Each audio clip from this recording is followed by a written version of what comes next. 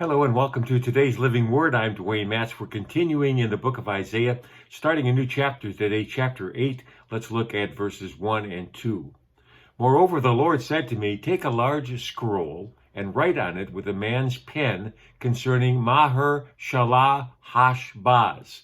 And I will take for myself faithful witnesses to record, Uriah the priest and Zechariah the son of Jeberechiah. That is our reading from Isaiah 8, 1 and 2. I apologize for mispronouncing the names. Anyway, here we got Judah being threatened by Syria and Samaria when the Lord gives this stunning prophecy to Isaiah. This prophecy was to be inked by Isaiah in front of two very reliable witnesses. Now, these witnesses, not necessarily known by us, but they would be well known by the people of Isaiah's day, Uriah the priest and Zechariah. Now, there's a well-known biblical truth espoused here in this matter, that the matter of something should be established by 2 or 3 witnesses.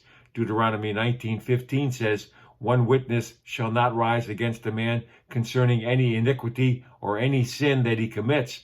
By the mouth of 2 or 3 witnesses, the matter shall be established. The Apostle Paul mentions this in 2 Corinthians 13:1. He said, this will be the 3rd time I am coming to you. By the mouth of 2 or 3 witnesses, every word shall be established. And then Jesus brought up the matter of the application of church discipline and 2 or 3 witnesses. In Matthew 18:15 through 17, he says, moreover, if your brother sins against you, go and tell him his fault between you and him alone. If he hears you, you have gained your brother. But if he will not hear, take with you 1 or 2 more, that by the mouth of 2 or 3 witnesses every word may be established. And if he refuses to hear, then tell it to the church. But if he refuses even to hear the church, let him be to you like a heathen and a tax collector.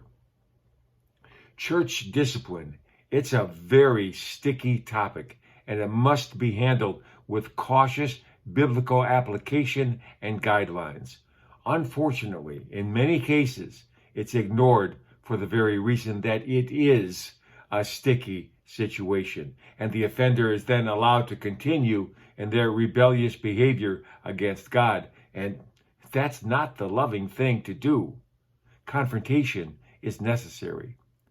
How soon we forget the first part of this verse, in that when sin is lovingly confronted, a brother or sister may be gained for the kingdom.